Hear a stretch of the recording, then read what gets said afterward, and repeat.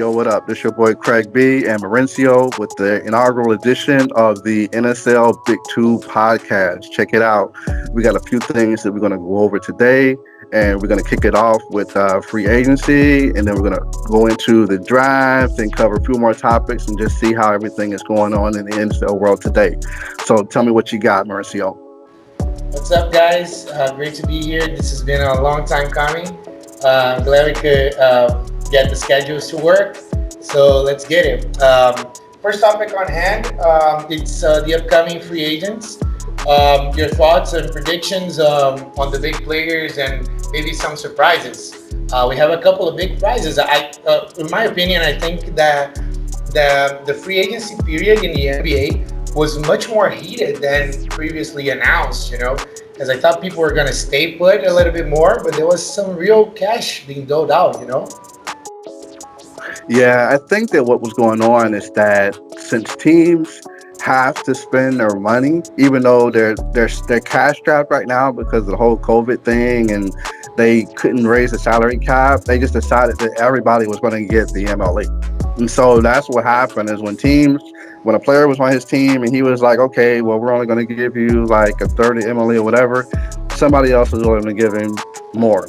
And Montrezl Harrell was a prime example of that. They weren't going to really give him a lot of money, and LA decided they was going to give him the full MLE, and he just jumped ship. And you saw a lot of players sign for that 19 million, 30 million. Basically, those are all MLE first year deals, and so that was a big thing that happened like within the first 48 hours. Well, in that case, especially, like if you're not going to give me a big contract extension that I'm hoping for, the least I can do is just choose where I want to go, where I want to play. Yeah, and that's the crazy thing about the NBA now is that really all the teams technically can pay the same thing. So it doesn't really matter what you're making. You're just going to end up somewhere and pretty much make the same thing. And that's always something that made me kind of think that the NBA is a little bit weird in that regard, because with the way the cap is, you're not going to make more money with this team than you are with another team unless this team just doesn't want to pay you for some reason or another. But everybody has to pay you basically the same thing unless you're like a superstar restricted free agent, Anthony Davis, where you can get paid like the sky's the limit, and you can decide whenever you want. And speaking of Anthony Davis, what's going on there? Yeah, he's the first one on the list, right? As a free agent, an unrestricted free agent. The guy hasn't signed a contract yet. He's said to be waiting it out. I'm getting nervous by the minute. I don't see him going anywhere, but I'm just looking in terms of numbers. What the nightmarish situation would be 1+1, because then he would just make me suffer every single off season, But I'm hoping for a 2+1P or maybe a 3+1P. I believe that it has been circled around that he wants to tie the ending of his contract to LeBron's contract, and I know you have some thoughts about that. Yeah, I think that's what they're doing. They're just trying to. There's a rumor that they're trying to position it so that they can get Giannis, and that's just not going to happen. So, and if I was Anthony Davis, I wouldn't worry about LeBron, because LeBron is basically 110 years old, and he's only going to do 1+1s now for the foreseeable future. He should just go ahead and sign his deal for 4 years, 5 years, whatever it is, and be locked in and not have to worry about whether LeBron's going to be there or not. Because as we've seen the trend, regardless of the contract status, if players aren't happy, they just ask for a trade.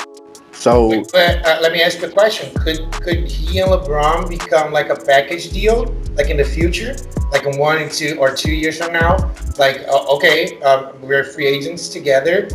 Which team can we go to? Can fit us in? And then we can just restart it again, and like show no loyalty to the Lakers, because of course loyalty doesn't really matter right now. Man, that is so weak. It's weak on him. It's not. Yeah. And Kyrie Irving and Kevin Durant are a prime example of that. Because they went to Brooklyn as a package deal, and even Kawhi Leonard and Paul George went to the Clippers as a package deal. And as you know, I have like this whole rant about contracts and trade requests and stuff like that, and I won't really get into it in this particular instance. Yeah, But I just think this is a much shorter podcast for us, right? yeah, exactly. Yeah. So I just think that if that's what they're if hypothetically they were to do something like that, I mean, what would the actual end game be? So there has to be more to it than just, okay, I'm going to sign a 1+1 so I can always keep my options open. Because if you're always trying to keep your options open, when do you focus on the here and now? And so if everything is about next season, and I think that that's what's getting lost, a lot of all of these 1+1 deals are about the team trying to stay flexible, the players trying to stay flexible. And so it's really hard to create a cohesive system or a cohesive environment when everyone's worried about, okay, well, I'm going to do this next year. So no one's focused on the right now. They're all focused on the next year. And so that's become a trend. What worries me a little bit for Anthony Davis is that, well, although he's in the prime of his career, and a prime example of that was Boogie Cousins. Boogie Cousins was in the prime of his career, a little bit older than Davis, but he wasn't under like a huge contract, and he had like 2 serious injuries, one after another, and now he has to settle for the minimum. So Anthony Davis has a propensity to injuries, man. He's been an injury-prone guy. There's no way around it. As talented as he is, so there are That's a always legit people to give him second chances. But if he has like a major injury or 2 big breaks, and he's not under a contract, I know he's rich as fuck. So I don't know what the hell am I talking about, but he's not tying him not being tied to a big contract. It exposes him to that, he gets exposed. But I'm gonna go off on a couple of other names here to get your perspective around it too. 2 guys that call my attention is Christian Wood, super talented guy as a center power forward combo, signing through the Rockets. So he's a signing trade, and so he's on Toronto right now. So I don't know what the return is going to be there. The trade still hasn't been announced. I don't think there's a lot of talks going out there, but I don't know if there's a deal finished. And then Serge Ibaka, and possibly here we have a couple of big news this week, as Hassan Whiteside is also on the market, and Boogie Cousins. So what do you think about those names? You notice all those guys are big men. Yep. The big man market is thick right now. It's like, they say right?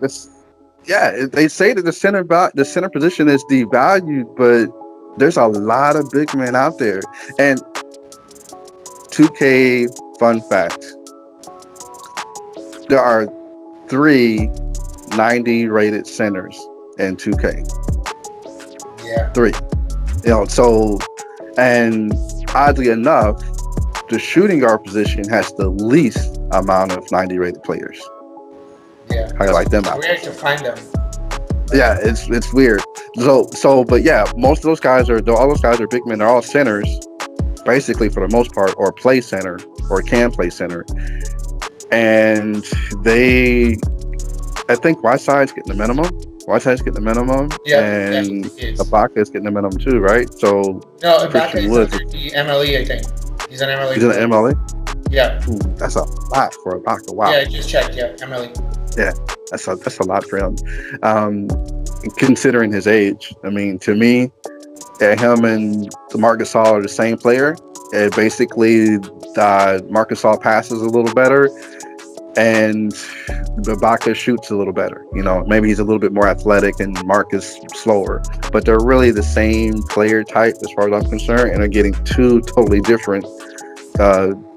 2 different amounts of money, and they're both in LA, right? One on the Clippers and one at the Lakers. And I would have to assume that Ibaka going to the Clippers is a recruitment pitch from Kawhi, who doesn't really do a lot of recruiting in that particular regard. So I guess he told him that he was more of a team first guy, and I So believe from that what you he's more of say, you see Ibaka as an upgrade from Harold, right? it For the depends on what you Kings. need him for. It really depends on what you need him for. I mean, that's the talk. The talk is that he's an upgrade, but is he? I mean, is he an upgrade for that team? Because that team just wiped out their bench. So who comes off of the bench and fills that role now? So he's physically an upgrade in a sense that he's more of a team guy and he plays defense, but Montrez is a little bit more offensive oriented. So it depends on what you need him for. You know, that's just it. You could argue one over the other all day long. But my understanding is that it was a chemistry issue, and so they pushed Montrez out the door and brought in Ibaka, who's played with Leonard before, and they have synergy. So they're hoping that that kind of fixes the issue, and they looking to make some other trades, from what I understand as well. Now, I don't know what happened with Christian Wood. I don't know why he ended up with a signing trade to I believe Houston. that's more of a statement on the Pistons, you know, because they gave some money to Jaren Grant. Their front office, like historically, doesn't do a lot of great moves, so this does not surprise me. Maybe it's just uh, maybe it's just them not preparing enough. But since we're reaching the 12-minute mark here, I want to give a couple of other thoughts. So, the MLE market, man, the full MLE market is supposed to be good this year. So I'm expecting people to be aggressive, and I'm looking at our GMs here, our GM lists. There are a lot of people with points, you know. So do you think any specific GMs are going to be extra aggressive? Do you have any sort of names that you think are going to be extra aggressive in this free agency? I know Portland's going to be aggressive, and I can see the subtle moves that he's making already to make a hard run at a couple of guys. I can pretty much guess who he's after. He's probably after like a Whiteside or an Ibaka or someone like that. The highest rated player he probably definitely wants. Okay, so Um, just uh, I hold you accountable. Could you care to explain the some of the moves he's made and how that affects free agency, especially for the newer GMs that we have on hand?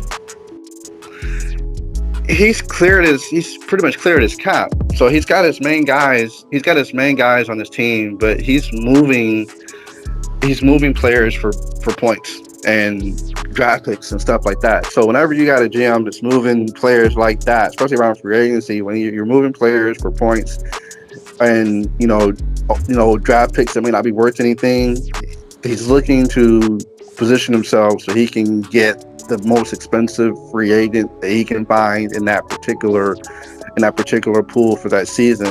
Now it's a little different now than what I'm used to Yeah, because it's yeah. such a feeding frenzy. Yeah, because I'm used to like, okay, we got like 10 free agents get released today, and then that goes on for 24 to 48 hours, and then you got 10 more free agents that the cycle after that. So here it's all the big money free agents in one day, and then all the guys MLE and under the next day. So it's a little bit different than what I'm used I'm to. expecting a feeding frenzy right there, bloodbath. That is definitely a freezing frenzy because you have so many guys that can use the MLE and so many players that fit within the MLE.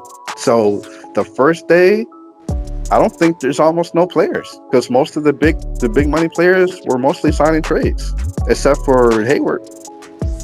For sure. Yeah, Uh, Hayward was should have been a signing trade, but wasn't. yeah, yeah. There are a couple of guys that was actually curious. There were a couple of guys that started out like on the media being as an outright sign, but then teams talked and then they became a sign and trade. One example of that is Jarian Grant. Grant was supposed to be like a sign to Boston, but then to Detroit, but then they worked it out and gave back some cash consideration. So it's sort of like us trading for GM points. So Yeah, I'm gonna throw a couple of other names here, which I think are going to be a little bit underrated, not being talked about. I think Sacramento, Clemelo as it is, and Jesse in Toronto. They have good records, and I think they're going to be looking to be aggressive on the market as well, and also Philadelphia because Ben usually knows his stuff and knows value and where to find it. And he also has a good grasp on the free agent system, and he's usually tuned in. So I think those guys are going to be aggressive. One thing I'm going to point out here about Portland, which is very smart on his part. He's a smart GM. J Mac is. He's been trading out some talent, as you pointed out, and Right. that has a direct effect on the better NBA players. There's a factor in the free agent system that gives you a boost when you have no better players than the guy that you're trying to hire. So that is something that can be a boom when a free agent is deciding. So we're hitting the 16 I have minute a mark. question about that. I have a Sure. question about that. So, does that matter more or less than the record? That is actually a pretty good question, well, for which we don't have an answer yet. Well, I think Okay. we do, based on the talks I've had with some of the admins. The record is a bigger factor, so as to reward some GMs for doing good, but I don't think it's going to be that dominant of a factor as it has been in the past. And so I'm just gonna leave it at that because I'm not a part of constructing the new system. So maybe the admins can clarify if I'm wrong later on. So I guess as we approach this topic, I think we should switch it up and go to the second one as for the draft. As I think we spent some good time here. What do you Hmm. think? Yeah, we can roll. Keep it going. Cool, cool. So I've separated some topics here, and you can take and go in which direction you want. So how the GMs do it, and what called out your eye on the draft, and possible commentary on what worked and what could be improved upon. I thought it was great. It would have been great if it would have been like on TV. If it was been a live like Yeah, TV thing. But that basically, would to be have the awesome. live commentary was good. And I was busy during that time frame. I had two guys offering me trades, and then because I had a late start that morning, mentally, I didn't even know the draft had started. So, like, I didn't even know the draft had started. So That's it was dangerous really, because you held the second pick. yeah, that's very dangerous. So, and I hadn't sent in a list, right? Because I figured it'd be self-explanatory. But Lattice hit me up. He was like, "Hey, you gonna join in?" And I was like, "What?" I had two trade discussions going on at the time, and I was just like, "Oh crap!" Yeah, he was like, "Yeah, you're up." And so even though I knew I was up, and I think most of the people that talked to me knew that I was either going to draft Edwards or Wiseman, just depending on which one was available.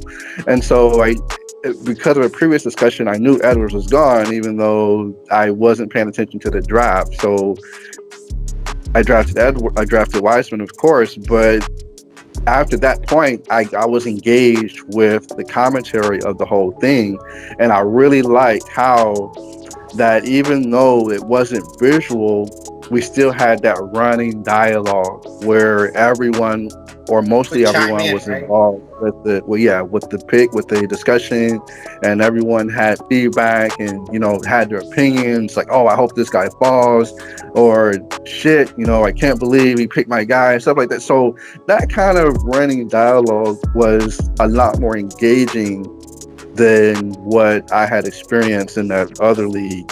Getting it. The league that shall not So be named. yeah, so you're throwing a little shade there, but yeah, it was a lot more engaging. And even once my pick was done, I still felt like there was ways that I could learn from what everybody else was doing. And to me, being involved with a league like this, and I would hope it's the same for everyone, is that you really get to learn about Basketball. I mean, we're all I agree. semi experts, yeah, and but we all have different opinions on how we view, draft picks, prospects, how we view all stars, how we view the 2K game, and so it's a huge learning experience, and that's really the thing for me. And I pick up stuff that guys talk to me, they ask me questions, I ask them questions, and I observe what they do and stuff like that because you know me, I hate the draft. Typically, historically, yeah, I'm not Yeah. really I involved was in it, and surprised that you kept the pick though. I was expecting it to go away. it almost did. It almost got traded twice. It almost got traded actually three times. It's to yeah, there was one offer on the table where it was just the straight pick for a player that I thought was going to go to help right away while I still had cap, and then the other two deals were potential pick swaps. And to be honest, I just valued the pick more than they did, so I may have overvalued it, and I probably could have gotten something that would have helped me, but it it doesn't matter. The experience was good. I got to engage more GMs, and to me, that was the key. Was just being able to engage more people because I'm still kind of new here, and there's still several GMs that don't really know me, and so engaging them was just a huge learning experience. And that was one of the reasons why I wanted to do this podcast, is so that it's more of an opportunity to engage the GMs directly and for them to engage me as well. That's pretty good, man. I think that the draft overall was really good.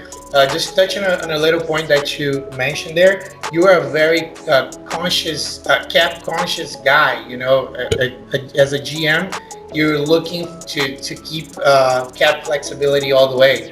And then we could talk maybe on another podcast. But there are some GMs like me who are like uh, cap crazed. They're just crazy up in the luxury tax, like San Antonio Spurs, JJ as it were, and we could talk about that later. But I just think it's funny to point that out that even though you thought that at the number two pick you could have fair value back, the cap consciousness of being just keeping it flexible and keeping a guy that had about the same value to you, and while still keeping it flexible on that rookie contract was a part of your decision, right? Oh, man, that was hard, man. That was just like I had to like take my hand off the mouse button, to be like, yeah, I want to do that, because historically, and a few people that know me know that I traded James Harden for Rudy Gay back when James Harden was getting drafted. I actually had the number two pick. And Rudy's This still good. I just want to say and that Rudy here. is still Shout good. out Yeah, to you, Rudy man. is still good. So, but it was the same situation as right now. I think that it was it was Blake Griffin. Blake Griffin was on that draft. So it was Blake Griffin, the Beat, and James James Harden. Harden. And so I had the number two, and so I was rebuilding at the time, but I didn't want to rebuild anymore. I was like, okay, I need a guy that's going to be ready. And to be quite honest, the knock on Harding at the time was that he was deceptively fast, meaning that he's slow, but he can still get to his spot. And so I was like, well, I don't want to wait for the game to catch up to where his real speed is. So I traded for Rudy Gay, who was just about to hit his prime at that time. He was just about to get that first contract extension, and he was actually coming off of the bench for Tim at the time. So So because Tim yeah, had a pretty Tim good team have at the always time. had good teams. Yeah, yeah. So he was coming off the bench at that time. So we worked out the trade, the draft and trade or whatever. But my gut is always to trade that pick for a win now guy, because I just don't have the patience.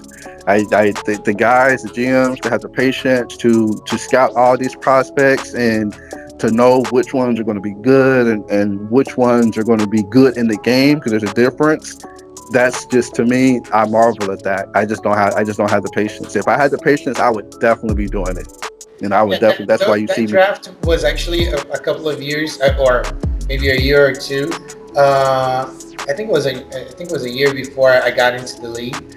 But I would tell you what. I remember scouting James Harden, and he was really talented. But I'd say he would scare the shit out of me to take him like number two. He was one of the best guys around, but nobody thought he would become this thing. And to your point, Rudy was a really great 2K player. So yeah, for sure. Yeah, Rudy was a beast. Rudy was a beast that then, and like I say, we didn't even know how good Rudy was in the game because he was coming off of the bench for Tim. So it was like it was a huge gamble. It's like, but at the time, I was just like, you know what?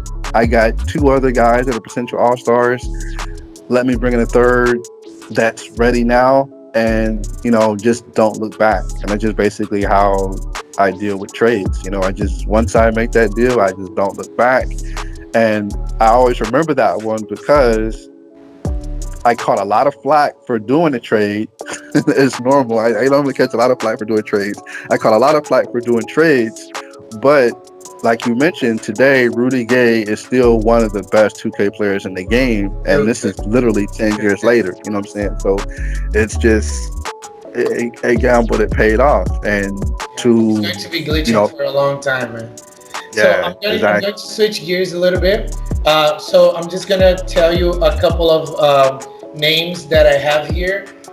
The draft, as you know, is my favorite day of the season. Hmm. Although I don't seem to care a lot about picks, as you can see from my squad, I didn't have any picks this year.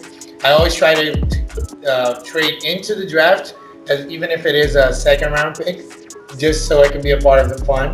And I really geek out on just studying prospects for no reason, just because I like the stuff. So I'm going to give you. Have separated the two GMs that I think that did the best on draft day. It Hmm. has to be. It's kind of cheap because those are guys that have tons of picks, but I think they did well with what they had. So what caught my eye, Toby, I think had the best day of all. We have Danny Avdia, Obi Toppin, which I think is going to be really great. I compare him favorably to John Collins because of the skill set. Right. So Cole Anthony, which I don't like very much, but he had what I thought was the best pick in the draft, which is Tyrell Terry at the 26th spot. He's a guy. He's really smart and he can really shoot it. The guy isn't afraid, so I think that's going to be the best pick of the draft when we look back in terms of value where he got it from. And people are going to be looking at and in redrafts. I think he's going to be a top 10, maybe top 15 player. Um, he had also Nico Mannion and Devon Dotson. Dotson, which signed with the Bulls, undrafted free agent, which I really like. The other guy I separated here was Wizkid. Of course, he had Edwards first. Then he had Hmm. a which I think is going to be a really good 2K big. Okoro, which I don't like very much. I said it on live, but he's super athletic, and those guys usually work on 2K for a while. And he had a first round pick, but fall to him at the 38th spot in the second round. So that was pretty good. Furthermore, I'm just gonna go here from the notes that I had. Then you can comment in which way you like. The most surprising pick here to me was Tyrese Maxey to the Rockets. That was a little bit of a reach, but also a guy that I think has potential to go to be rated higher than his NBA status. So in redrafts, I think he could be easily a 15, top 15, top 10 player. The best second rounder, I think, was Malachi Flynn to the Washington Wizards, if I'm not mistaken. I think that was. And he's a really good player, very resourceful. Yeah, was to the Wizards. I think that at the 39th pick, that's a really great value. But the best value pick has to be Isaiah Stewart, who fell down from the 16th spot in the NBA to the 27th spot into Minnesota. So that's it. That was those were my notes. Catch a comment on any of them? Yeah, yeah, for sure. I agree with you. Toby and Wizkid definitely did great. I mean, it was almost a no brainer because they both had three or more picks, but they picked guys. The only one that wasn't really, I'm not really big on Isaac. Also, I think that Wizkid should have picked Halliburton, which is what I would have picked if I was picking down there. But I just think that when you have, two, three, four picks, you can roll the dice on at least one of those guys, and sometimes it really pays off. And I know that me and WizKid were talking about possible pick swap situation and stuff like that. And you just, when you have two picks in the top five, you can't go wrong. You just can't. You just can't go wrong unless you pick Hasheed to beat. But you really cannot go wrong. And the fact that chances are you're gonna hit on at least one of them, which yeah, you're gonna hit will on make at least one of everything worth it. yeah, you're gonna hit on at least one of them, and the other one, somebody's gonna like that guy so much that they're gonna give you a star player for him 2 years from now. So you can gamble, on one or two of those extra picks. And I'm not nearly as versed as you are on the details of it. I did do a lot of research on the top 10. Yeah. And as you know, I've been singing Obi Toppin's praises since the day I joined the league. Yeah. So, You're the biggest and fan. that was really my guy. Obi Toppin was my guy. And I did not expect to land a top three pick. I was expecting to land like a top five pick. And so somewhere around five or six. Yeah, that was And surprising to all of us. yeah, so when it jumped to two, I was like, well, shit, this is the worst pick I could have, because now I can't draft the guy that I want unless I make a trade, and that trade is not going to give me what I want in value. And so that's where I was stuck. But the number two and number three are really the best picks in the draft, because you just take the next best guy. Yeah, That, never so you just, Yeah. whoever falls, you just take that guy. You just take the best guy. So it doesn't really matter. And there was a lot of people that would say, "Oh, well, who do you think are like the best five?" And I would get that question a lot. And most people don't know that I hate to draft and I only do the research when I have a pick. And so I was doing like all this research, and I was sharing that Ringer article to people. And I was like, once that Ringer article came out, I was sharing that to people. And I was like, okay, well, I'm using this. And so I really like that layout, though. That layout was spot on. sick. Man, layout was really, really sick. And I started following them on YouTube, but man, that Kevin, Yeah, Kevin O'Connor, right? yeah, he's good. He knows his stuff, but now I know what it feels like to hear me talk, because he just goes on and he just like his opinion and nothing else.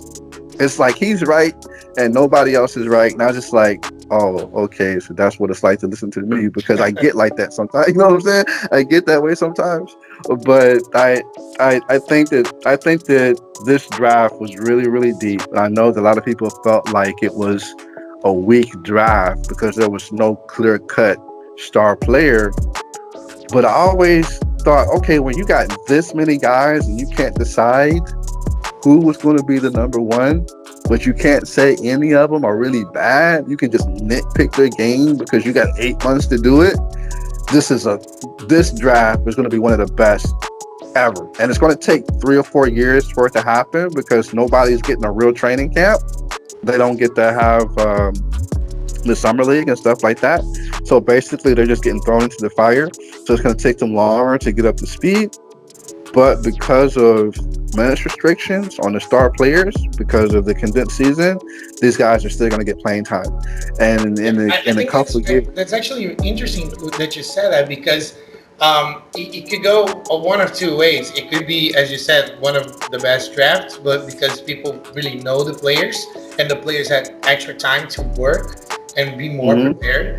But at the same time, sometimes people get into their own heads and overthink a player. Sometimes you just gotta, the guy is what he is, and then He's a baller.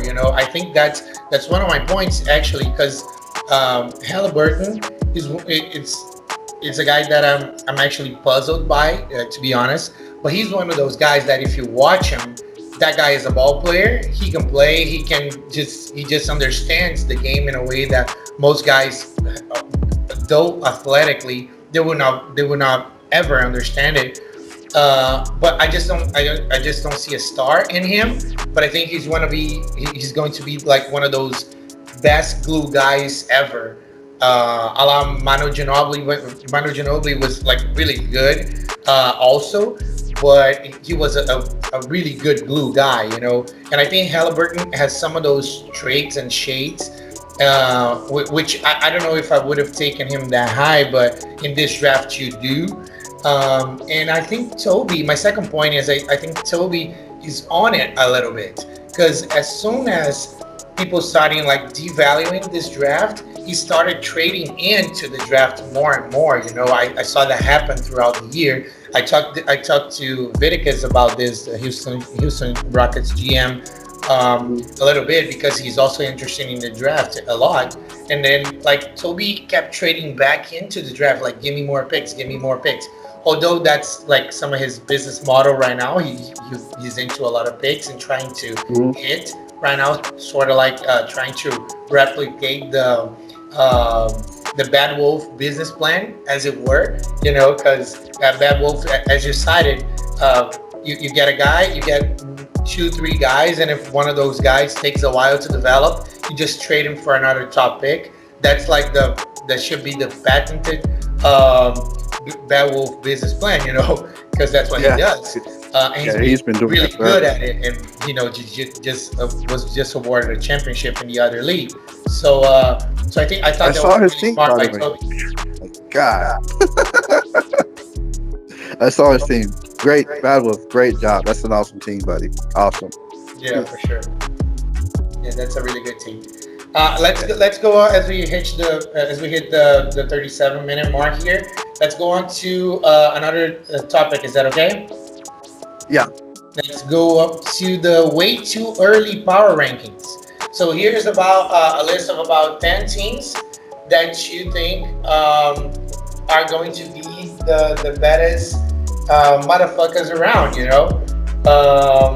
And what do you have down there? I have my list of 10 here. I can just go and then you can comment on it, or you can start. What do you want to do? Well, I only got five. Cool. Yeah, and I'm thinking really Philadelphia, Portland, Chicago, Charlotte, and Wizards. Oh, but those are Eastern teams. Well, except for Portland. Right. So you expect to be an East dominant season, right?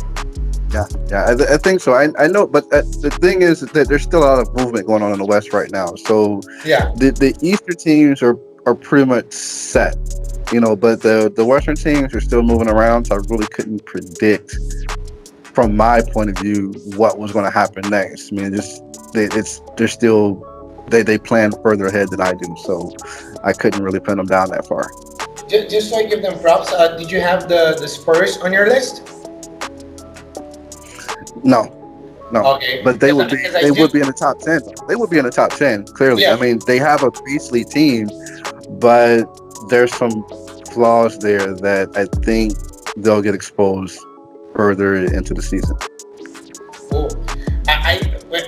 I think that I'm just gonna give you my list. I've gone back and forth with some of those teams, but I've separated basically them in tiers.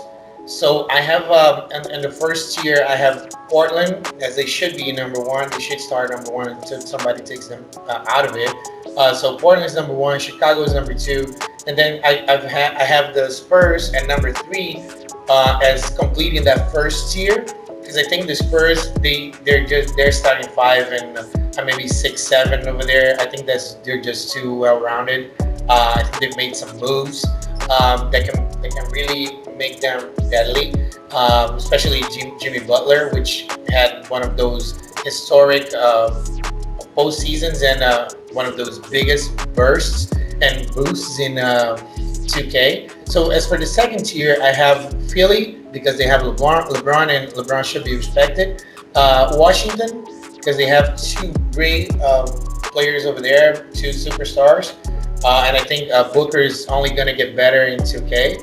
And I actually have Detroit as the end of the second tier there because I think they're for the first time they're healthy, and I think they pose a big threat because of their front court, their front court better, The front line, and yeah. Gobert and Bam, and then Kyrie Irving handling.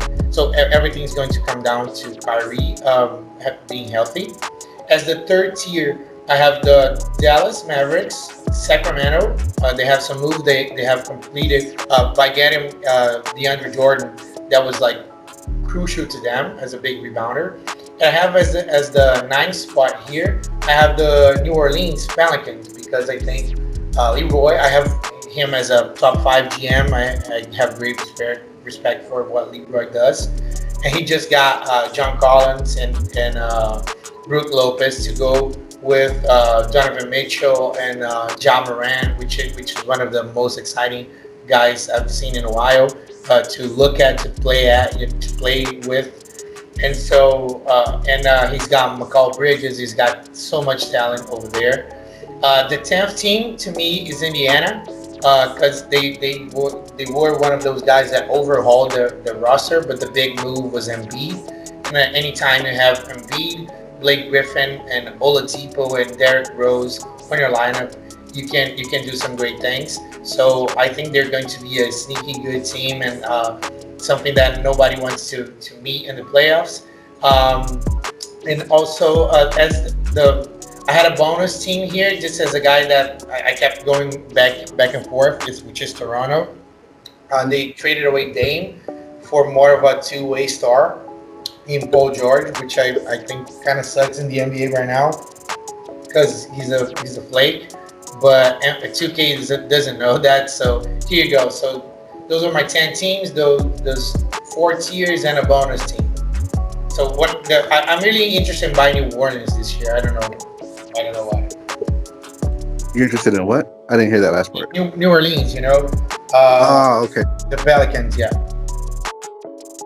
Well, that's the thing about it is that because so many GMs decided to rebuild, that it's like a little arms race.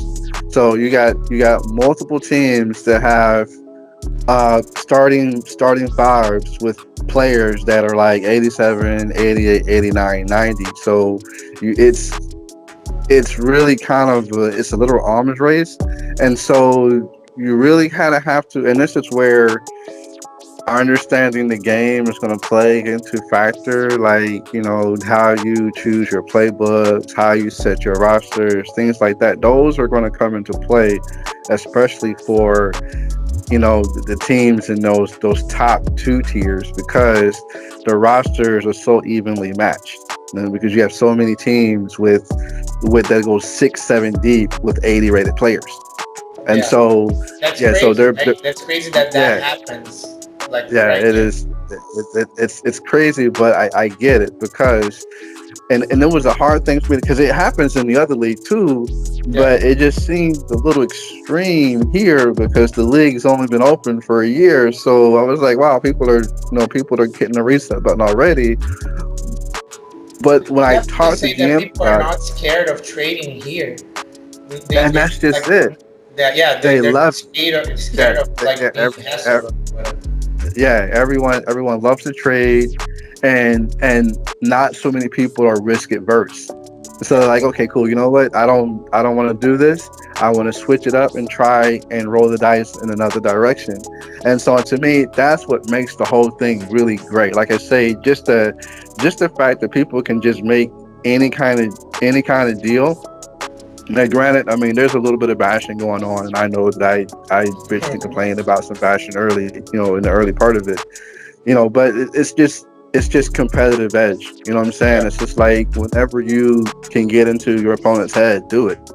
So, and that I can definitely get with. But when I talk to multiple guys, like, okay, well, Why are you hitting the reset button at this stage? And they were just like, look, you know what? If I don't have a clear shot, I want to set the deck so I can map how I get to that point. And so that was basically how I understood it. And mapping it out means, hey, you know what? I'm going to get some draft picks. I'm going to you spend a couple of years seeing what these, which one of these guys is going to hit, and then I'm going to flip the rest. And I was like, okay, well, when they're flipping their rest, when they're flipping their guys, my roster is going to be aging out. So I understand, I understand the logic behind it, and I know that's the risk that I take when I trade for like players that are 35, 36 or whatever, that these Yeah, guys are trade going to picks age too. out.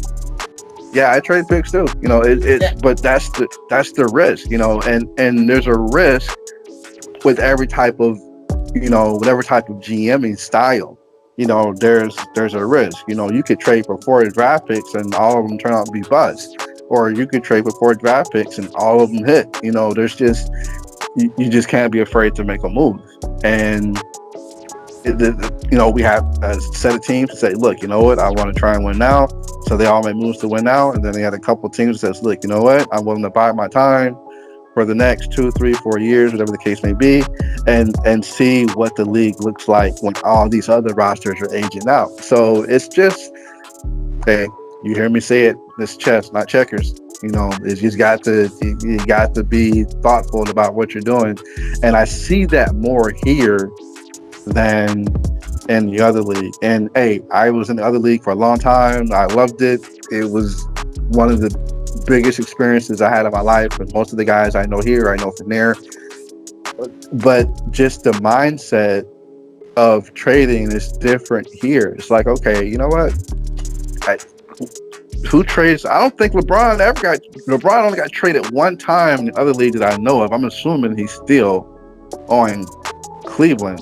And the only time he did get I traded, actually know because I really don't keep up. But what I'm yeah, going to but say is that it really speaks to the strength of the community that you guys yeah, can feel free to just hit the reset button and I'm just gonna start over and then just do my thing.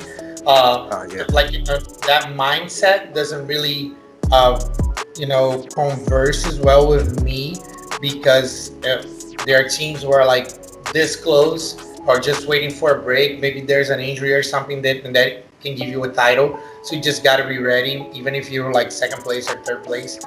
But I know some guys that don't think like I do, and that's awesome because we have trades and then we have different people in the league, different styles, of course.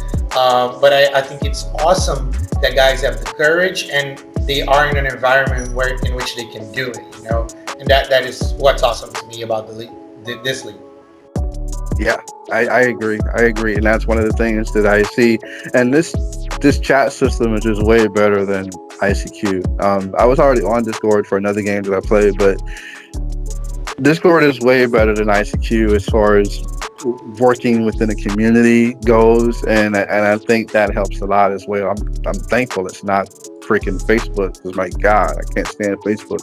But just the way that it's set up on Discord and all the different channels that are in there, and just the way everything is divided up, it's a very clean system. I love pretty much every aspect of it, except for dealing with you. You get on my nerves, but but everyone else, it's just a great experience. And the way that people trade, to me, is like really, really entertaining. And like I was telling you earlier, I just sit there and just watch what goes on in the feed, just like, okay, wow, this is what's going on. Like, it's very entertaining to me in a way that helps me build my education on not just the sport, but the game and the community and everything else. And that's really all I'm doing. It's just like, okay, these conversations are happening and they're discussing this and discussing that and this player this, and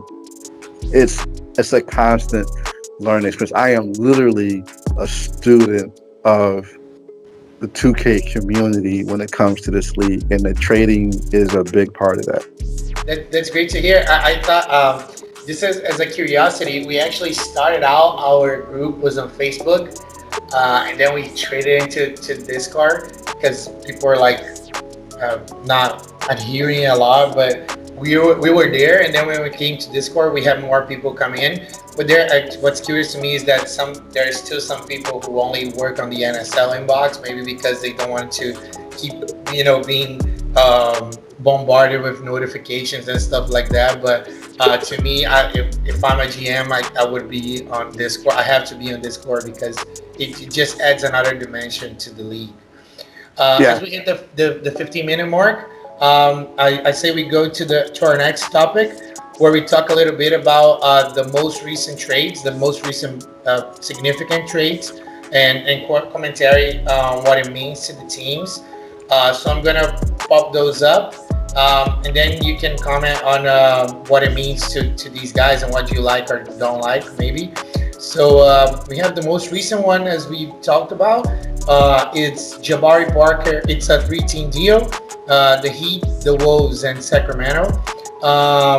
So Jabari Parker and Wendell Carter Jr., your ex-player, going to Miami.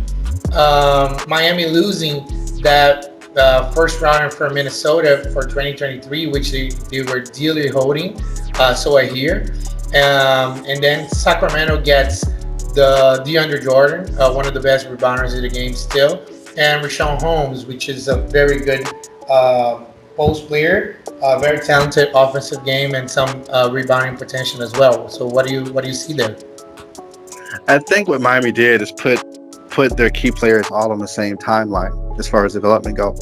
Because they got Ben Simmons, McCollum, Isaac. All these guys are 25 and under.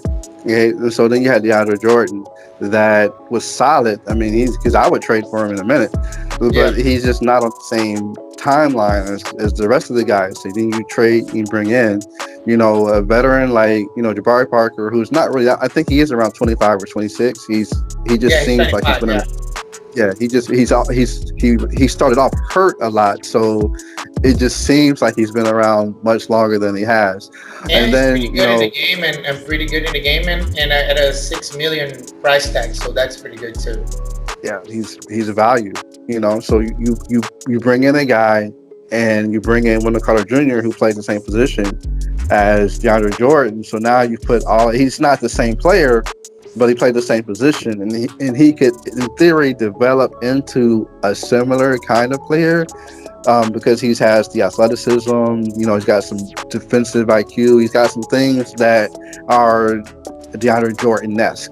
And so he's going to be able to grow into that role. And so he just basically put all of his key players on the same timeline so that over the next 3, 4, 5 years, he doesn't really have to make another trade for a key player unless it's just for role players.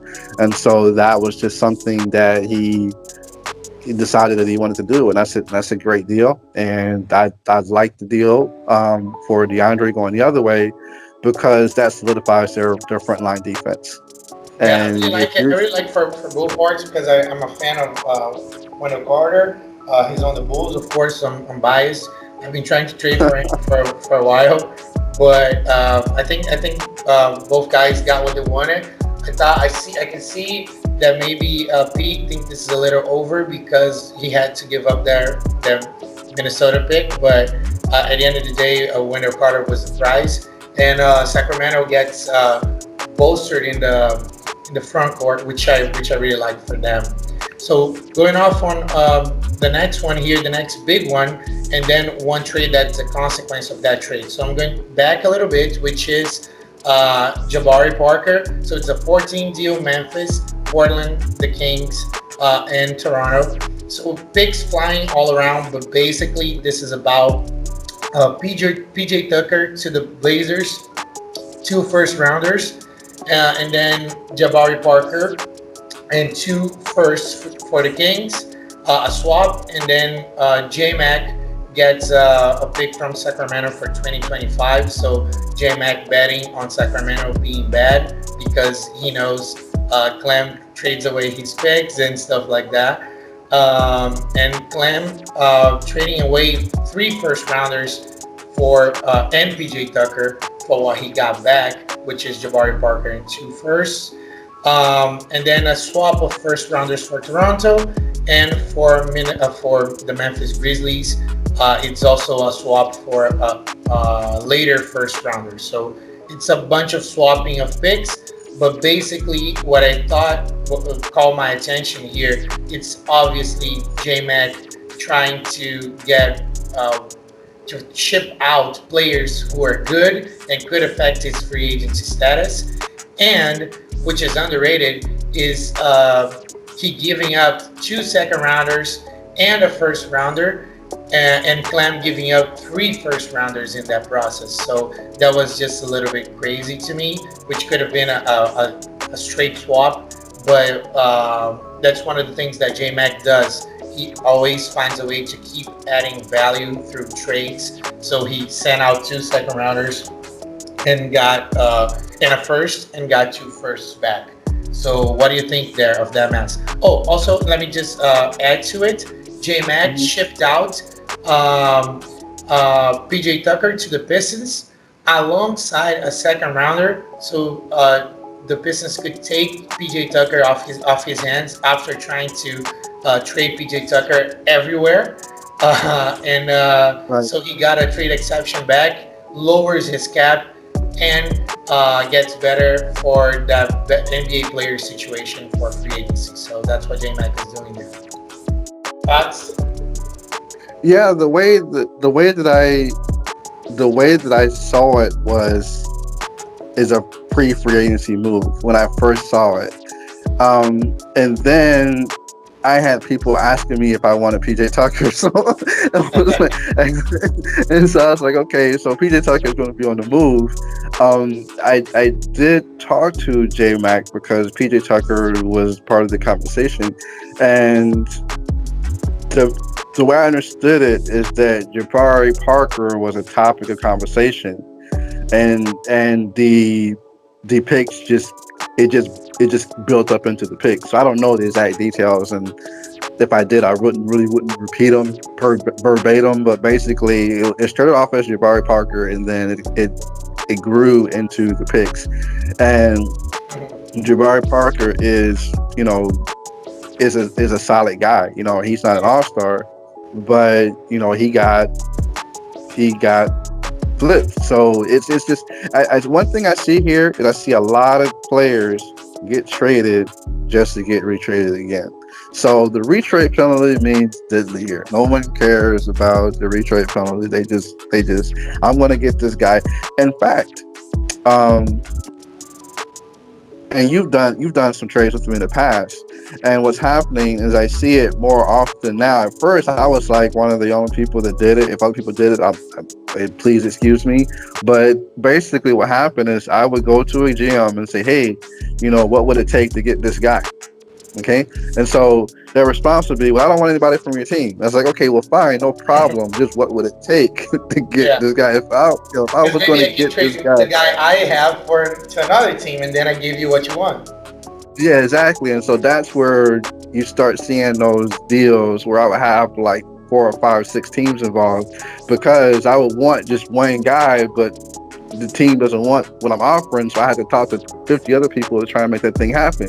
So I see that happening here. But what happens is that the trade goes down first. And then they decide that they're going to move the player, and I just think that there's just a difference there because and I'm not saying that my way was better. It's just that I see that the guys are taking on players that really they don't want, but they are of the assumption that somebody else is going to want this guy. So they're like, okay, well, I'll take this guy to get what I want, and then I'll just move this guy later. And so to me, that's always problematic for me. It's always problematic for me because I don't want to be stuck with a guy that I can't move because I'm busy and I don't have the time to find another deal. So I need to already be sending him somewhere before he even comes to my team. And that's Yeah, just a one, difference in one thing trade. I've learned is that you try to think 2 or 3 steps ahead before you make the trade. Like, okay, let me try to this guy I don't want, so let me try to ship him off somewhere. And we used to see like bigger size deals, and we see more and more now.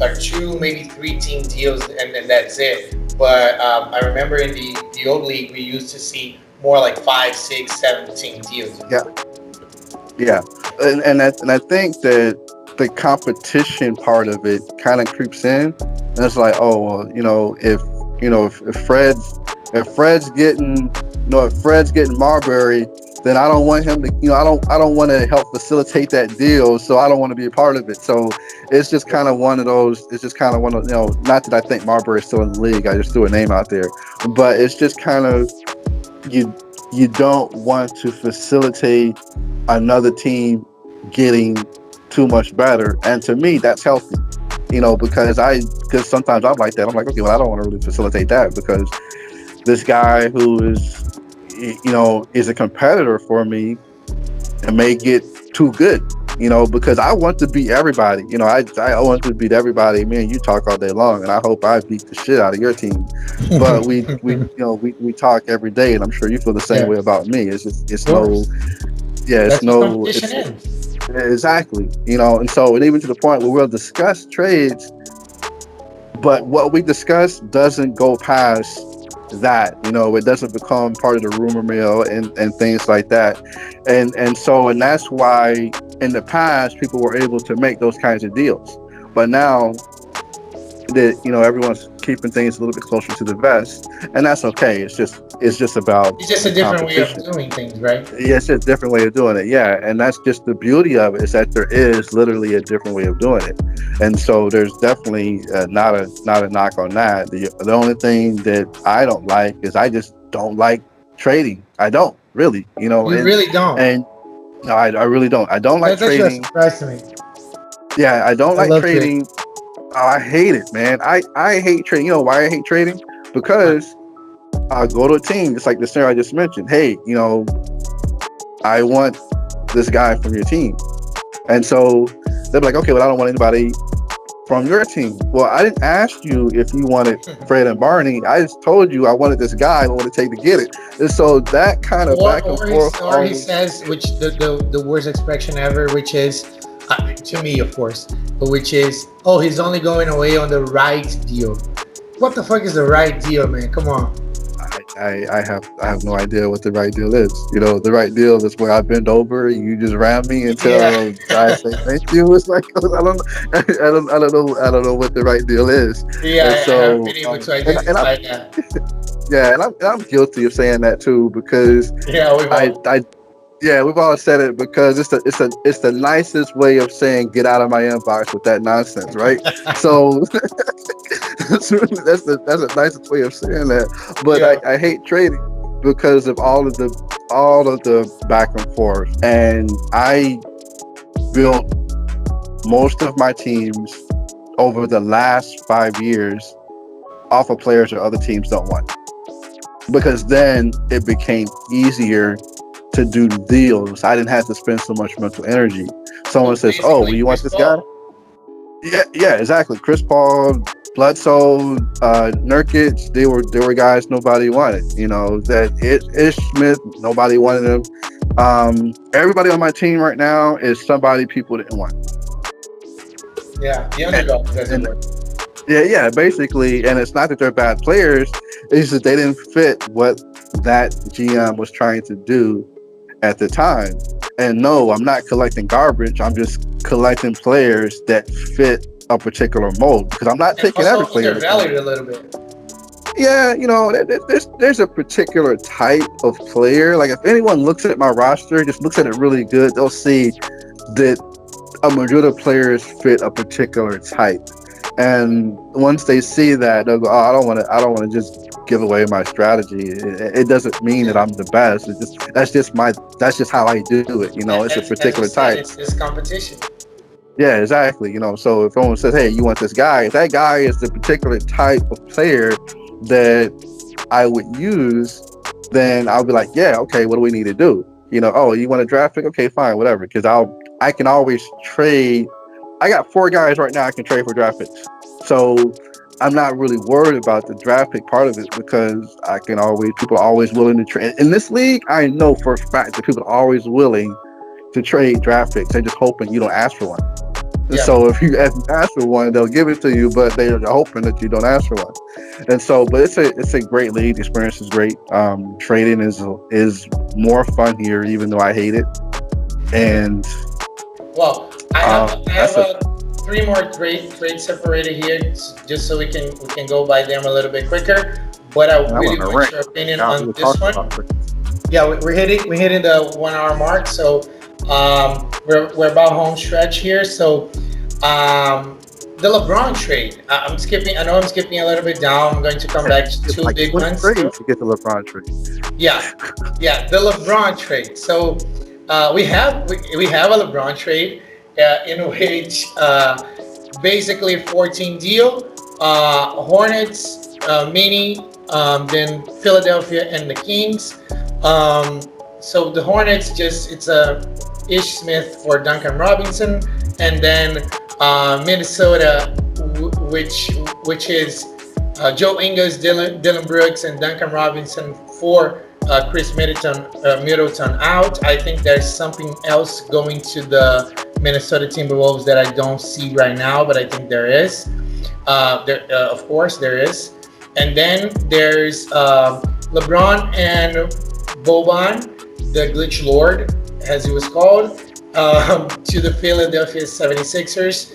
And of course, Chris Middleton and Pascal Siakam and a second rounder going to the Kings. So the Kings basically trading LeBron for 50 cents on the dollar, maybe, or just getting two really solid guys in the upper 80s. But LeBron is a 97 guy, 96 or whatever. I think he's number 197, I think. He's up there. And obviously one of the best guys, best badges in the game, a catalyst for the Philadelphia. And so, what do you think? I think that Clem came to a simple realization that I came to a long time ago. There's no single player that guarantees you a championship. So you might as well build your roster in a way that you think that you can get the best chance no matter what happens. And that can't hinge on a single player. And so it's crazy logic, but it's true. Is it who was in the finals last year? NBA, not NSL, NBA. Oh yeah. Not we're not talking about Lakers Heat. We're talking about the year before that. Oh, okay. So the year before that was I'm blanking. Yeah, I know, right? Because it was a long time ago. Yep. It was Toronto and Golden State. Okay, so Yeah, that seems like 3 years ago. yeah, it seems like 3 years ago, right? But the thing is I that still think that one should have an asterisk on it. it should, because Golden State literally fell apart. Yeah. they Yeah. they literally fell apart. Yeah, to me And that's actually the one that should have an asterisk on it. But yeah, that Golden State literally fell apart. LeBron James threw in the towel for the Lakers. Okay, when it didn't look yeah, like they would be able to compete, he threw in the towel. yeah, but they And weren't going Toronto, to compete anyway. Yeah. and Toronto made it on a lucky bounce. Okay, now since and this is a whole podcast by itself, By and itself. I've been crucified for making this point. But since LeBron was not in the East, an argument could be made that Toronto would have made it to the finals with DeMar DeRozan and not Kawhi Leonard. There is an argument that could be made. Yeah, there's Yeah. of course there's a whole other podcast. Yeah, so, for sure. there's a whole other part. Yeah, so but simply because they were the best team the year before, they had the best record. So if they don't have to play LeBron, then they should be a lock in theory. Okay. Yeah. But with that being said, back to the trade is that the team that had LeBron didn't make it to the finals, and teams that had the second best player flamed out. Okay, because of injuries. Okay, so then a team with a guy that quit on his previous team ended up winning the whole thing. Yeah. So you just never really know. You just have to go, you know what?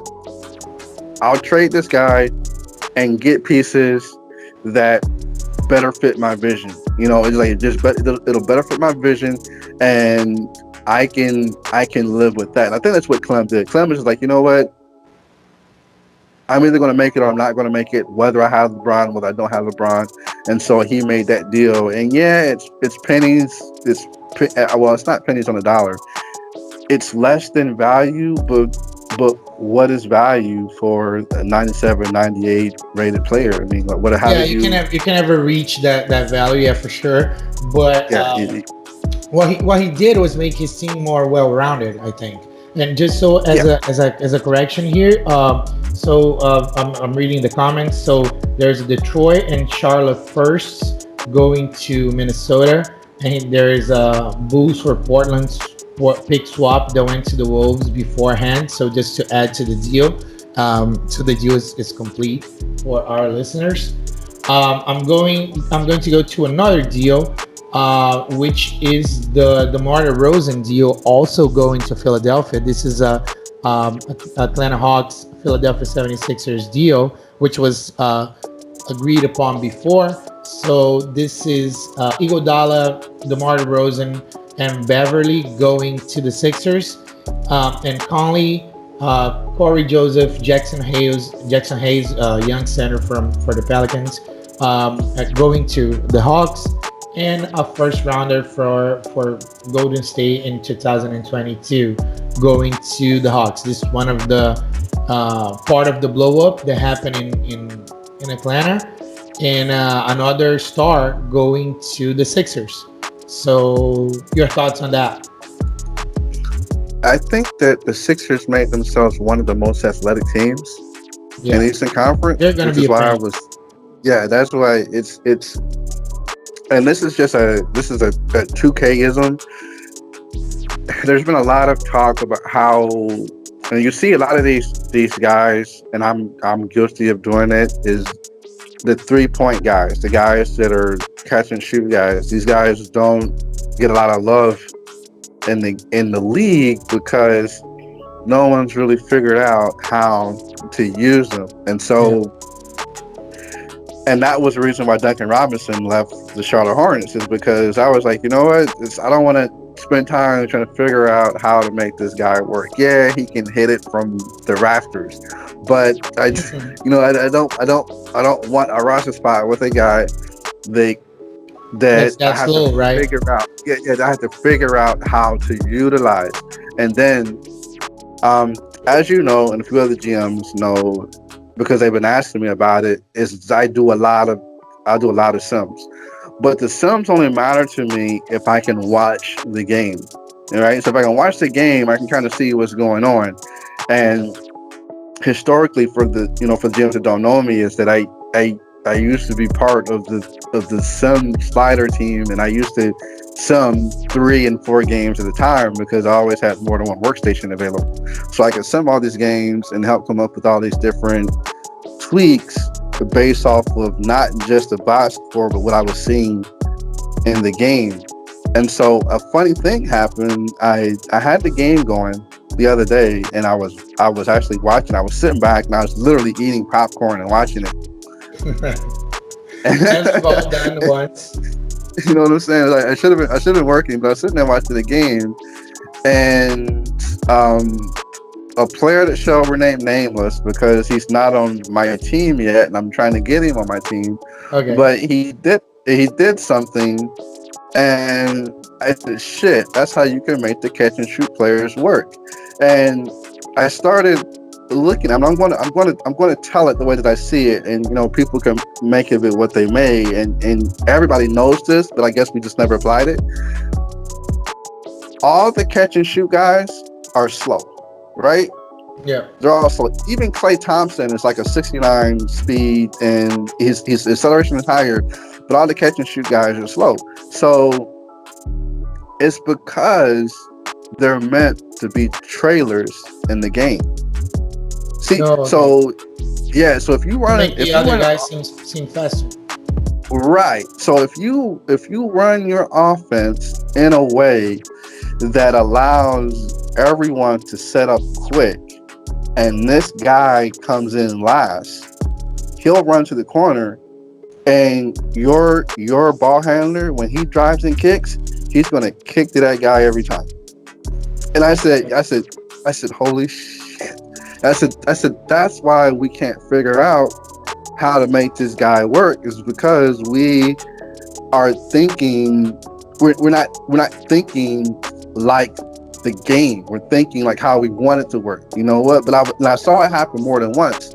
And the thing is I have been simming against other teams, and I have been seeing it happen. But because this time I was focused on a player that I wanted, I was really just watching him. But when I realized, I see this thing happen all the time, where the offensive breakdown, the ball handler would drive and penetrate, and he would kick the ball out to this guy who's a dead eye shooter, and he'll blow the net up. And I was like, okay, well, if he does that 3 times a game, that's still 9 or 10 points. And that can be the difference Yeah. in a win or a loss. And so I was like, okay, I really need to change my thinking here. So for the first time in my life, I regret a deal. I said, shit, I should have kept Duncan. I should have kept Duncan That's a Robinson, because now I first. know. Yeah, I got, because now I Breaking know. news. Yeah, so now I know how to make it work. And that's the thing, is all of these players have value. It's just that we have to figure out how we want to use them. And sometimes it takes more energy than we would like to. But the developers that make this game, we complain about all the stuff that it doesn't do or what we don't like or whatever, but they really do a hell of a job. They do a hell of a job, and it emulates basketball in a way that's very, very, in the most minute levels. And seeing that, just seeing this driving kick, and I've seen it with so many other teams, and I hate it. 'Cause I go, oh my God, I can see the defense falling apart, a breakdown in defense. And I said, you know what, he's going to kick it to the corner. And sure enough, he kicked it to the corner, and it becomes a 3-point play. And it drives me crazy. But because I was never looking at it from a player that I wanted before, it just didn't register. And so that's the beauty of this game, beauty of this sport, beauty of this league, is there's just a lot of ways to really be involved with how it goes. And I guess WizKid changed the site so that we could do the matchups. Yeah, man. Of course. Also, another shout out to WizKid for the new pages, for the new player pages, because those were awesome. Oh my Yeah, God, it's sick. Yeah, that It's is sick. pretty sick. And, Yeah, and with the badges and stuff like that, I mean, I can be thankful enough. But yeah, you can now on your on your team page, you can see that you can set up the matchups, the defensive matchups, yeah, per and it was team. used in the finals this year. Yeah, Oh my God, I was like, oh my God, this is sick. This is, pretty good. you know what? It's a headache, but it's a good kind of headache, So it No, just it takes GMing to a whole new level, right? yeah, exactly. You really kind of get more involved in it. And I guess I'm running off on a tangent right now, and I'll let you wrap up. But it's just, and I haven't personally, I haven't given these guys credit, but the admin team here has Yeah. been hands down better than any version of the admin team, in the other league, and I'll go and say in the NLL, and even though I know that some of the admins were admins there, it's just that because they are allowed to express their ideas, you now have a more enriching experience. And again, no real knock to the NLL. I mean, it was a great league, and I spent more than a decade there. But this is a totally different experience. It's more immersive. It's a more involved community, and 200% agree. 200% agree. 200% agree with you there, because that mean team has been done. Especially the site. The site is beautiful, and it's better. It's better for us.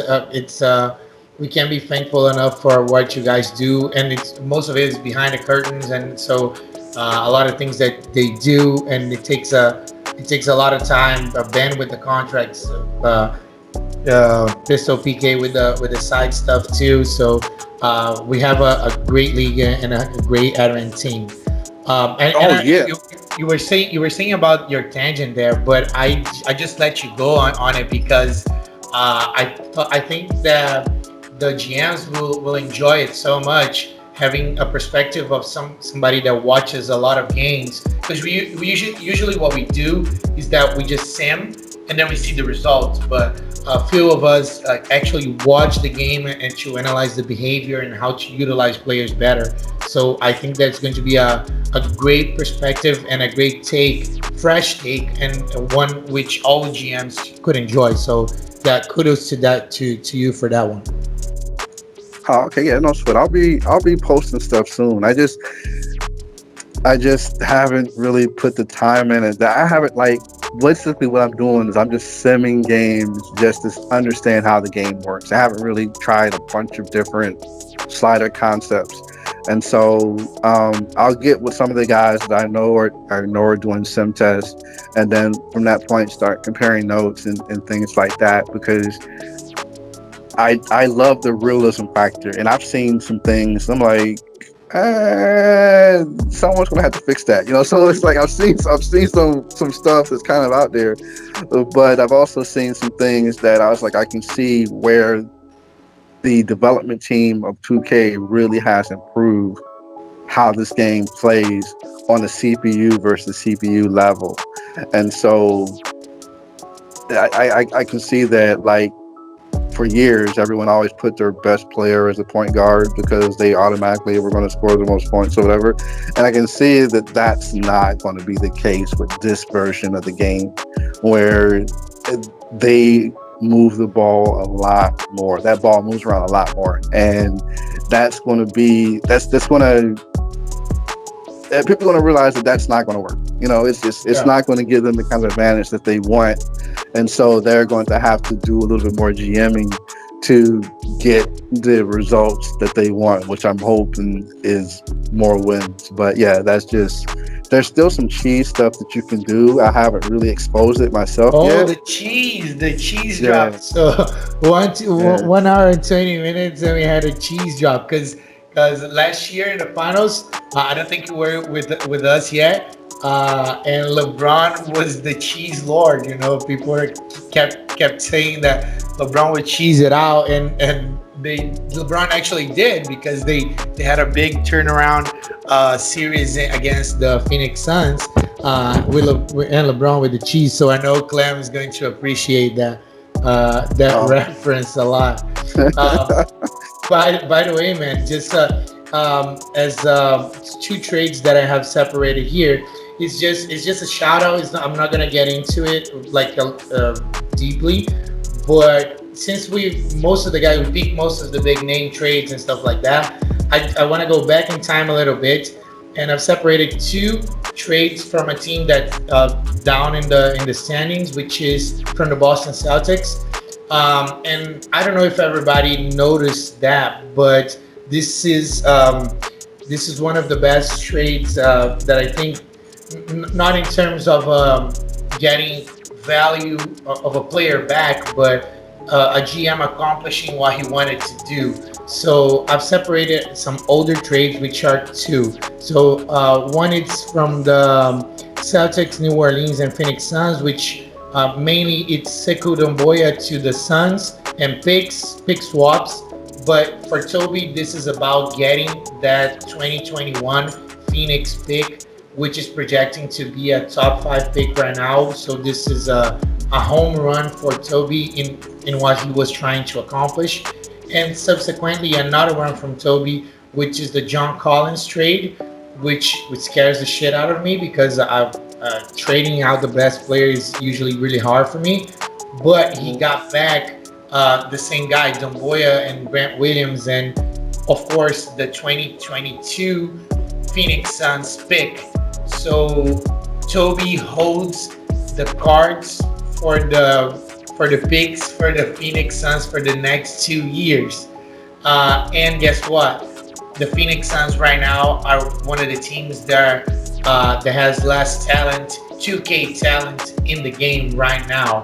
So they're projecting for the next 2 years, barring a shit ton of Lotus trading, which is going to happen. You can just put it out there. But these are savvy moves from Toby because that's what he's trying to accomplish. So he's trying to get better picks and better picks. So he, aside from his own picks, which project to be high too, he's got 2 first round picks. There are older trades, but I just wanted to point that out. Um, so let's go to the last topic that we have here. I think we're going to hit 125 right now. So we have a way too early season awards. I've separated MVP, Defensive Player of the Year, Offensive Player of the Year, and GM of the Year, so we can just go crazy on it. I'm For GM of the Year, I've separated the New Orleans Pelicans GM, Leroy, because I think his team is going to show the better improvement from one season to the other. His team has no way to go but up, but he's got like almost a whole starting five of 80 rated players. So I think that's going to give him the GM of the Year job. Defensive Player of the Year, I have AD. AD is probably the most dominant defensive player we have in the game today, just because of what he does in speed, and he topped the league in blocks last year. And that's the guy. He won it last year, so I think he's going to be tough to stop. The Offensive Player of the Year I have as Russell Westbrook, because I think the Lakers don't have much talent around him, except for Tobias Harris. And I think he's gonna go nuts. He's gonna go crazy. I can say the same thing about the guy that I have for MVP, which is Giannis Antetokounmpo, because there are pretty much not many shooters in the Clippers there. So Giannis is probably going to put up 40 to 50 points a game every single game, because the Clippers haven't had a lot of movement there. Another dark horse for the MVP is Kevin Durant. He's coming back, and Dallas Mavericks actually really need him. So those are my picks for way too early season awards. What do you think? I think it's pretty good. I think that my choice for GM would probably be Smokey, though. I think that between him and yeah, I think he's going to have the biggest jump. I think if he can manage to keep Harrell or replace him, I think he's going to have the biggest jump in record, because he was able to surround BI with additional talent and make that team really, really uber athletic, and they're going to be able to get up and down the floor.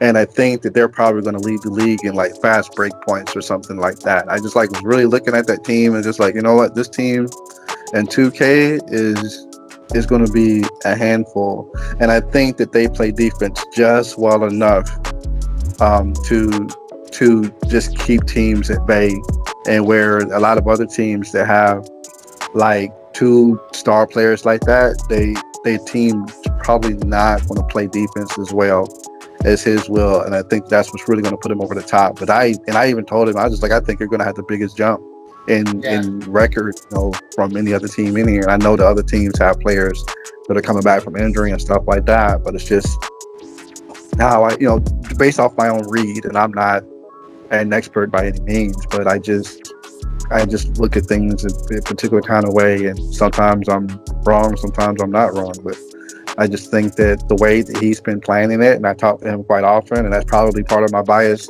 is I talk to him quite a bit, but I just think that he's the one. He's a top-notch GM. Yeah, he just did a full rebuild, like over and back in a season, man. That guy, and he still got tons of picks too. So. Yeah. I mean, he hasn't even really tapped the full potential of where that rebuild is going to be. I mean, the direction is still in progress, and it's already 10 times better than the previous season, which is no knock on it, but it's just whenever you can improve that much, you can expect to see, and his players or his key players are poised to make another leap. So that's the thing. I mean, those two guys, Bi and Fox, they're poised to make another leap. At least in my opinion, anyway. I expect that they will be able to carry that team much further than people might think. So I expect them to be GM of the year. Yeah, That's he's my did a opinion. pretty good job. I think he's going to have a big jump. That's a good job there. Yeah. Um, so do you have any picks for MVP, for example? No, I didn't really man, it's just too early to To the tell, your right? analysis. Yeah, your analysis is based off of everything that happened from last year. So Yeah, you kind of just for carry it over, stuff off which the is great. wall Yeah. here. Yeah, of course. Yeah, so which is outside of my realm. I don't know enough about last season to really throw names out there. I mean, Yeah, I that's like the fair. idea, and I expect Giannis to get traded. I mean, I know he was on the block at one point. I Oh, wouldn't be surprised if he got oh, traded. Giannis. He was on the block for like a Yeah, millisecond. yeah. I think But, that's but that's I think that's because of the whole extension thing, and the whole will he won't he sign it, and I think that's just the uncertainty, and I think Andrew was just trying to get people to just give their whole franchises to him and stuff like that. I had a chat with him via the NSL inbox that sent a different message. So that I like I said, I don't like to relay the stuff that people are telling me, but the message to me was that the way that I interpret it was like, okay, if there's no deal now, eventually there will be a deal, just because of what he wants to see happen with the team. I think he's got a vision, Okay. and like I get it. I mean, it's to me, it's the same scenario with LeBron. Just having the best player doesn't guarantee that you're going to get to the finals. And if you can balance out your team better, then that would be, you have to consider it, because there's actually, let's see, three. I think there's 16 90 rated players in the game. Yeah. So, um, yeah, there's 16 without swapping positions, and that's a whole nother podcast right there. But yeah, so if you just having a 90 rated player doesn't guarantee a championship, and winning a championship is so hard. It's so difficult. Only one team can do it. It's 30 teams. You might as well do whatever you think is right. That's just it. If you think that trading this guy is going to give you a better chance of doing it, then trade that guy. Or trading for a particular player is going to give you a better chance to do it, then trade for that particular player. But yeah, I have no feedback on who will be MVP, because I just think it's just wide open. There's been so much movement in the league that the guys I think could be MVP might get traded between now and the end of the season, or he could get COVID. That's And and yeah, then and, that, and and this he'll is be. this is the league to do it. If you're gonna do that, this is the league to do it. I think people are like trigger happy. So if he's serious about that, and I don't have as many information as much information as you had there. But of course, it's just a feeling that you talk to him over the inbox, and so it's not Yeah. like you're breaking any news here. I really It was a rarely short talk to him. conversation. Yeah, it Yeah. was a short conversation. Yeah. Yeah, but it's just a feeling. But I don't know, man. I think it's possible. I think we're just about ready to wrap this up. I just want to comment that we uh, prepared for maybe a 30 to 45 minutes of conversation, and we've gone like an hour and a half, maybe for sure. Like 10 Um, hours because of our ranting. yeah, Yeah. man. I think we just have a lot of stuff to talk about, and we try to bring a different perspective to to the podcast, and try to talk about things that you guys would be interested in, and try to give different perspectives. And I love that 2K analysis that you did, and hopefully we can do this again sometime, of course.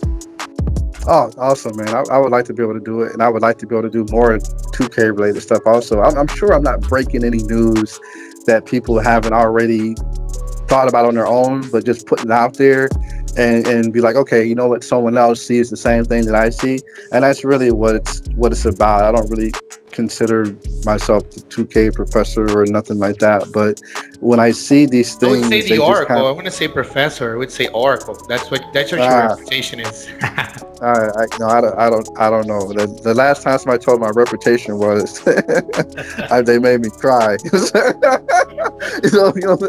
So it's like but all of the input that I get from the GMs here, is great. And of course, not everyone agrees, but it's one of the reasons why I wanted to jump on this podcast is just to be able to express, how crazy awesome this league is, and that I expect that even after I'm gone, which could be 10 years from now, this league will live on even beyond that, because I think the foundation for this league is just base is so solid, that even the concept of these two leagues as they are is like its own podcast, because they're wholly unique in how they're set up. Because you can really do this in the game. Again, you can do this. What we're doing right now, you can do this in the game.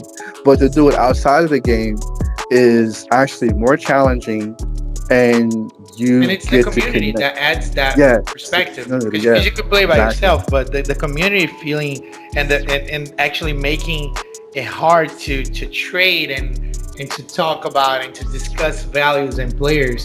It's just different than throwing like a lot of picks into a guy, or just keep throwing players that the other team doesn't value in the video game. So it adds reality to it. Yeah, for sure. So this is definitely so. For the guys that haven't heard me say it before, thanks for letting me in.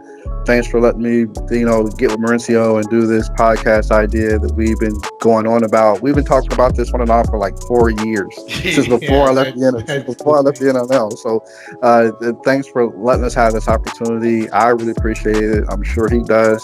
Yeah. I got pretty much nothing else to say. Good luck this free agency off season, and I'm out. And it's about to get crazier, the free agency period. I can't wait to do a post free agency podcast too. So from my side as well, this league is great. It adds so much joy to my life too. So this is the best league in the world. I'm sure of that. Thank you guys for listening.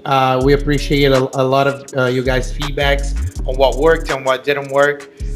So this is Mauricio and Craig B signing out for the Big Two podcast. See you guys next time.